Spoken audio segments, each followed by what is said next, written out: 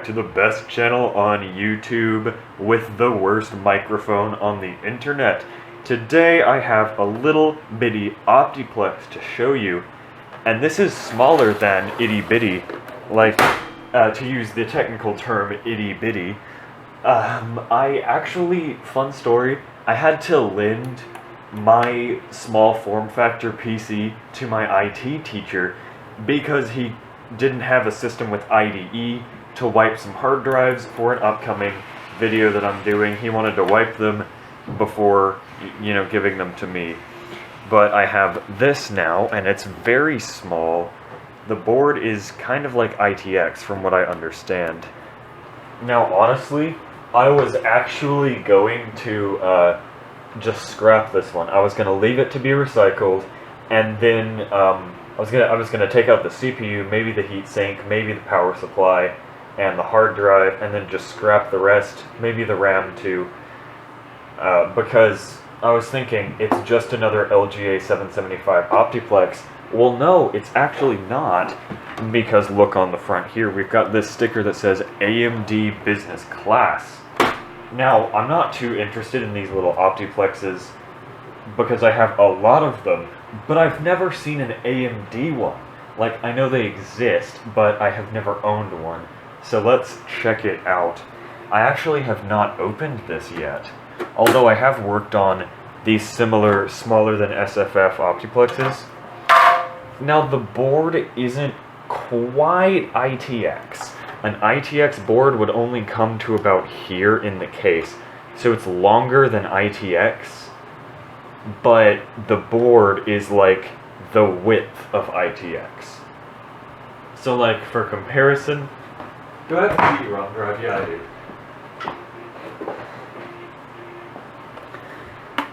So they use one of these laptop CD-ROM drives to save a bit of space in the height department.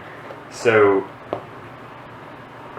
for comparison, a regular height, like small form factor system, has one of these 3.5 bays and then a whole 5.25 in the front. So this is a little smaller. Now these are a bit bothersome to work on if you don't know what you're doing, but once you get the hang of the toolless case, they're very easy. I'm sorry if you can hear the 3D printer in the background. My microphone, again, not great. But it's pretty easy to take the drive out. You just, boom. Boom, it's probably like a 160 gig Barracuda. Those seem pretty common in these systems. Just undo the cable from the back. And it has another exhaust fan down here. Then you just push these clips and pop the drive out. And pop the drive out. And pop the drive out. Again, it can be a little tricky to get the hang of, but once you do, not too bad. Again, here's your little exhaust fan down here, kind of cool. Ooh, NVIDIA graphics chip. So yeah, of course it won't have an Intel GMA, like the rest of these I have, because it's an AMD CPU. My guess is it's an Optiplex 740, so my guess is that it's DDR2, probably 667 megahertz. This probably has 2 or 4 gigs. And this is probably like an AMD Phenom CPU. That is my guess. Let me check this RAM. Again, probably DDR2 667. Oh, that's going to be annoying to put back in because I'll have to... Is this toolless? Does that just come out? I don't think it does. Oh. You do just slide out. How convenient. Now we can see here, these are actually pretty nice power supplies. Like if you're making your own PSU if you're making your own PC in a really small case, these are cool because they're like super cheap on eBay. They have a 24-pin and a 4-pin power connector, so they'll work on pretty much anything. Let's see. Unless it's like the new ATX 12VO standard, of course that won't work. Yep, PC2 6400U 666, that's a 2 gig stick. So I'm hoping that's another 2 gig stick of identical RAM. If not, I'm going to go on a tirade in the IT office. Oh, We've got a date code stamped there. It says 15th July 2009. So maybe that's not a Phenom. Maybe it's like an Athlon or a Simpron? Because this is probably a pretty low-end system. Is that cap bulging? No, it's not. Sometimes I see caps like that and I just check that they're not bulging by kind of pushing it back down onto the board, and if it goes down onto the board, it's probably not bulging. Wait, what is this crap down here? Sorry, I just keep getting off track. Because these SFF systems can be a bit weird. There's just this PCIe X1 slot. Here, I'll turn it around so you can see. You've got a PCIe by 16, probably a 1.1 or a 2.0 slot. 2.0 at the latest. Then we've got a PCI slot, but then we've got this weird 1X slot that doesn't go anywhere. What are you going to put there? And what goes here? What is that slot? That is not a standard slot. I've actually never seen that before in one of these Optiplexes. And what is that? Is that just like their COM port header? PS2/SER2. So that is the serial port header for if you install a serial port expansion card.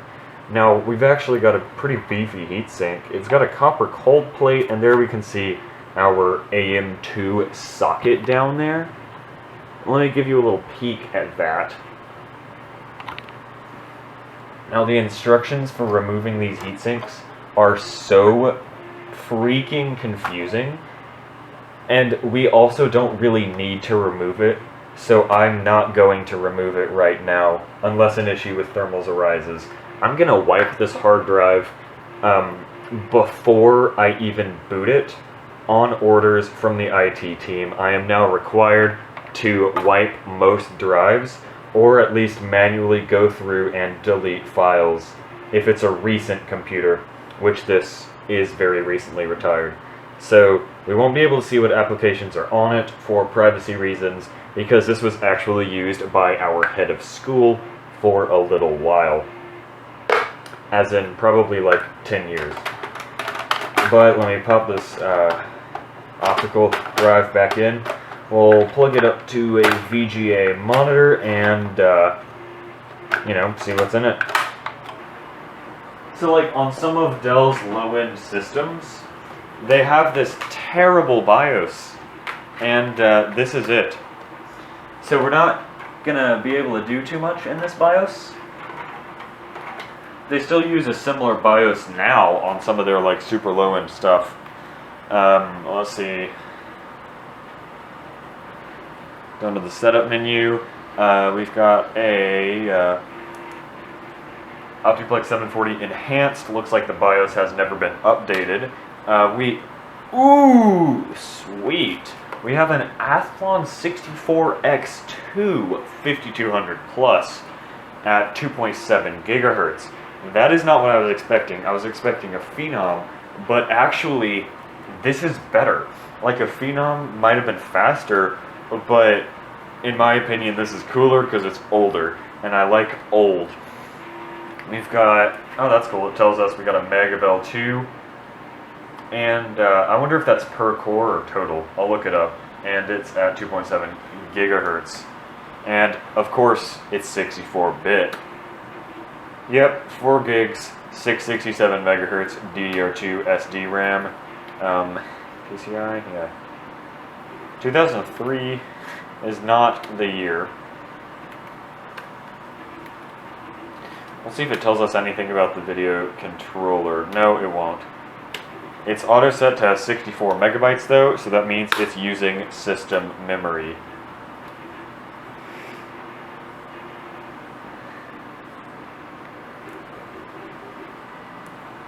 That's interesting. So it has modes for IDE drives to, you know, make it a little quieter.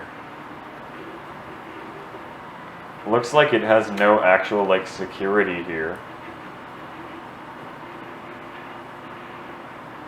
It does have an auto power on feature, which is kind of nice, and remote wake up.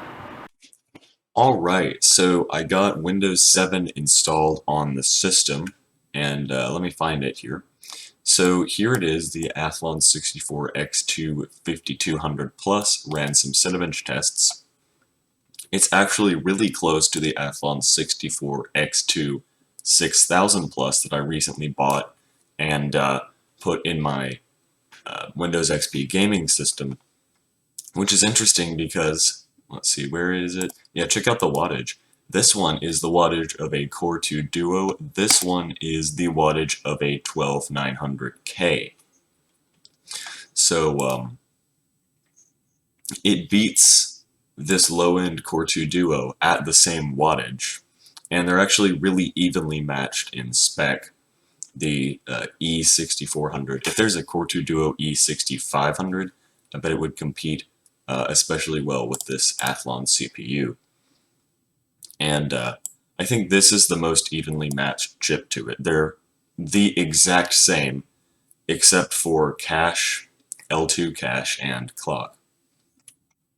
Now this one's just clocked quite a bit higher than this one, but this one does use its clock speed a little more efficiently. But anyway, here are the scores. It just barely beats this Core 2 Duo, and then gets beaten by a little more by the faster Athlon. But anyway, that is going to wrap it up for this video. I might sell this machine because I don't really have a use for it, because I already have so many, more old computers that have more I/O, more ports, more things that I can actually use. Like, it might become my new test bench for IDE drives, because, it's a pretty compact system, but it doesn't have IDE ports. So that's out of the question. I'll probably just end up selling or donating it. And that's it for this video. Thank you everyone for watching. I've got some really interesting stuff coming up, so make sure to subscribe. See you next time.